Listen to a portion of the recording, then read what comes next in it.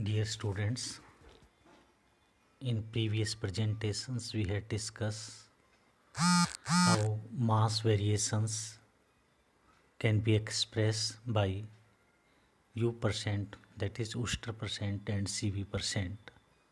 The various mathematical notations, graphical representations for this. Further we discuss the type of the variations, whether these variations or deviations they come random in nature or they have a definite sequence of thick and thin places. Now in the present discussion we will be confining ourselves about the methods of measurement of these variations.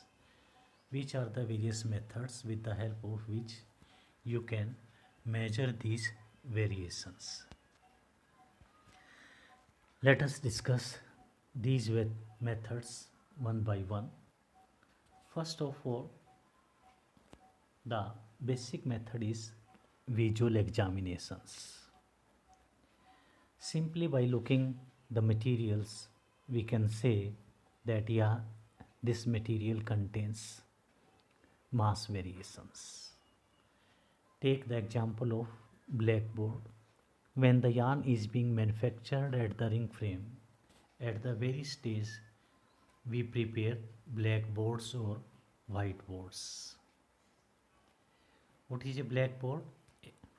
Say a board is there, a plastic board or cardboard board is there, and yarn is being wrapped with equal spacings among them. Now, when the layers, the coils of the yarns, they have been laid side by side, then the variations present in the materials, they can easily be examined with the help of naked eyes, and at the first glance we can say that whether this yarn is containing variations or not, whether it is containing more variations or less variations.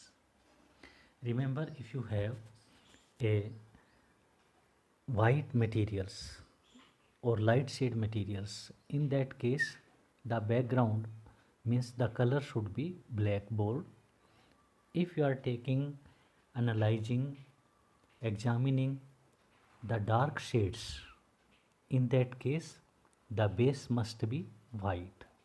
So depending on the color of the materials, we use blackboards or whiteboards. Sometimes in the industry, instead of using board, they use drum. A huge drum with some rotating mechanism is there. Half portion of that drum is black, half portion of that drum is white. And the advantage of using drum is that larger length of the material can be wrapped over that, and we can examine a large sample that whether it is containing the variations or not. Similarly, by using photographic devices, lab meters, at every stage we are examining whether material is containing mass variations or not. At say blue room, of course nowadays we are having shoot pit system. However, earlier the wrap was unwound, and at the back side of the lab some sort of electric say tube light was there, and any variations present in the lab, they could be examined easily, because if in the background there is light and you are unraveling the lab from the our lab holder, then whatsoever thin or thick portions are there, they can be examined easily. Similarly, at the sliver stage also, if some sort of cuts in industry, they cuts, the variations in mass per unit length, they are being examined. So the first step or the first and the basic is visual examination method. So variations present in the materials, They are being visually examined at various stages of the manufacture, and then we can say that whether it is containing variations or not, or less variations or more variations. Another method is cutting and weighing methods. The basics of this method is that we cut small sections of the material, small length of the material, weigh them, find out the value of each individual weight, then calculate the mean, and then calculate the deviations, and in this way PMD, percentage mean deviations, or coefficient of variations may be calculated. Higher the value of CV means more are the deviations, more are the variations present in the materials. This method is being adopted from the very beginning. The lab, we take small length of the say 1 yard or 1 meter, weigh it, take say 50 100 readings, or we use complete one lab, take into small sections of calculate CV. Similarly, while finding the wrapping for the slivers, drawings, we calculate CV. This CV represents variations in mass per unit length. The cut length in case of slivers, it can be 4 yards, 6 yards, 12 yards, something like that. In roving, it can be 12 yards, 15 yards, so on. Similarly, while measuring the yarn count, we take weight, we find out the count. At the same time, we also calculate the CV of the yarn count. This CV is CV between length of 120 yards. So these variations, values of quotient of variations calculated by cutting a certain length and length, it is reflecting how much variations are there in the materials. Another is measurement of thickness under compression. Say if there is thick portions, definitely it will be containing more thicker portions. Let us discuss here.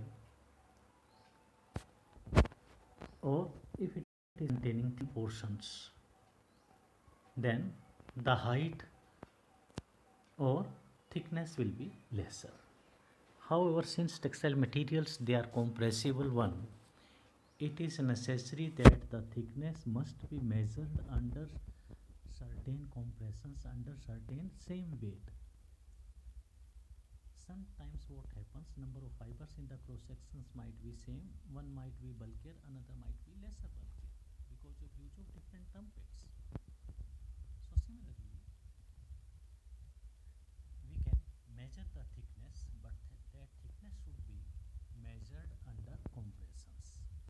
Wayra roving levelness testers were designed, and Lindra roller yarn testers were developed. Let us discuss a little bit about this instrument. This is Wayra levelness testers. The material is being fed between two pair of pulleys. One is grooved pulley, another is coming inside that over the roving. Now, if some thick portions are there, this upper pulley will be lifted in the upward directions. This lifting will actuate the mechanism here. It will press it, and say again this will be lifted, which will be causing movement of the pen on left and rightwards. So variations in per unit length. If thick portions are there, it will be lifted. Thus mechanism will actuating through certain levers to the pen, which will be making a permanent record of the variations in mass per unit length being the length which is under the pulley, directly in contact with the pulley. So this instrument was designed.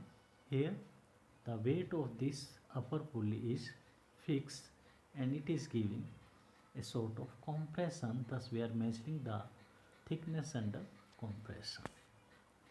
Similar instrument was designed for yarn. The yarn diameter testing under compression. A is by Anderson and second is by Lindra roller diameters. Since the diameter of the yarn is very less, so the deviations in that case will be very less, and these deviations cannot be measured, or they are very difficult to measure with the help of certain mechanical leverages. Therefore, indirectly, by reflecting certain rays, say if light is made to fall over it, if some thick portion is there here, this part will be lifted. Lifting this part will be tilting this mirror, which will be diverting the light which is falling over it. So, though lifting of this shoe will be very small, however, instead of using mechanical type of leverages to magnify the variations, some electric rays are some light rays they are made to fall, and then we can see the projections. In this way we can measure the variations in mass per unit length for the this instrument is for the yarn. Similarly, here the yarn is made to move between various rollers, and then thick and thin portions they are being measured with the help of micrometers, because this portion will be lifted or lowered depending upon if there are thick portions or thin portions. So this is measurement of thickness under compressions. These instruments they are no longer being used because they were used earlier.